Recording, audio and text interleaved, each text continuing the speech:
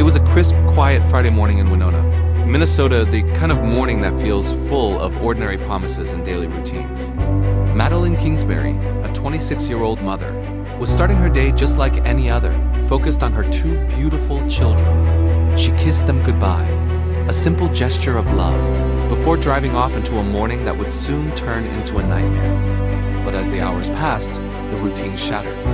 A phone left on a wooden table, silent and unanswered, began to tell a different story. A jacket draped over a chair, waiting for a wearer who would never return.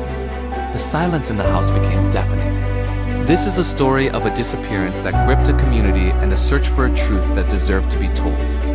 Welcome to Dark Files. Today we examine the tragic case of Madeline Kingsbury. Who was Madeline?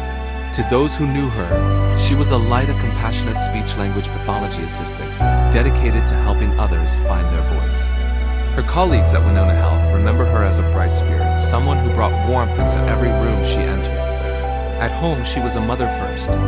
Her life revolved around her two children and her partner, Adam Fravel. But beneath the surface of this seemingly normal life, there were whispers of tension, shadows that the world couldn't see yet. The timeline of March 31st begins with a routine drop-off. Adam told police they dropped the children off at daycare together. Adam claimed that after returning home, Madeline left for work, but she never arrived at Winona Health. Inside the office, her desk remained empty. Her phone remained silent. Concerns grew into a frantic search by the afternoon. By the weekend, the quiet streets were filled with the faces of the missing. Posters were taped to every pole and window. The community of Winona rallied. Hundreds of volunteers joined the search, scouring fields, forests, and the banks of the Mississippi. As the days turned into weeks, the investigation deepened. The Winona County Sheriff's Office took the lead, piecing together a complex puzzle. Press conferences became a regular occurrence, each one more somber than the last, as the sheriff pleaded for any scrap of information. Investigators focused on the movements of Adam Fravel's van on the day Madeline disappeared. GPS data and surveillance became crucial. The search moved south into Fillmore County, a rural, secluded area that seemed miles away from the life Madeline had built. On June 7, 2023, the news everyone feared was confirmed. A discovery was made in a wooded area off a remote highway. Madeline had been found.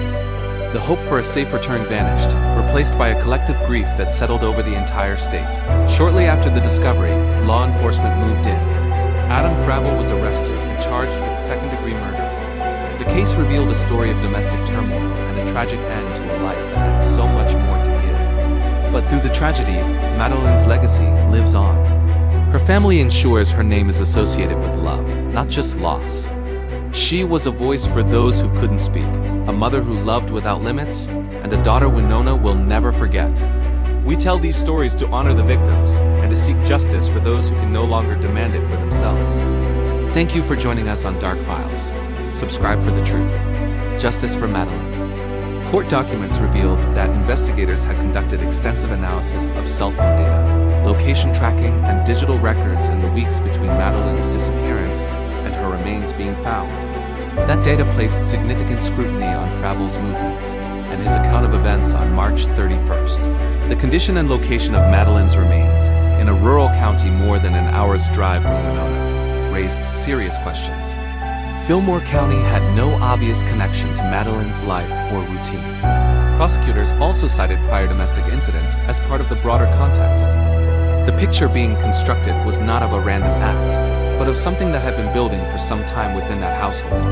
When domestic violence warning signs exist before a tragedy, and people around the victim were aware, what responsibility do we collectively carry? This is a question that sits at the heart of cases like Madeline's. Tell me your thoughts below. Fravel entered a plea of not guilty.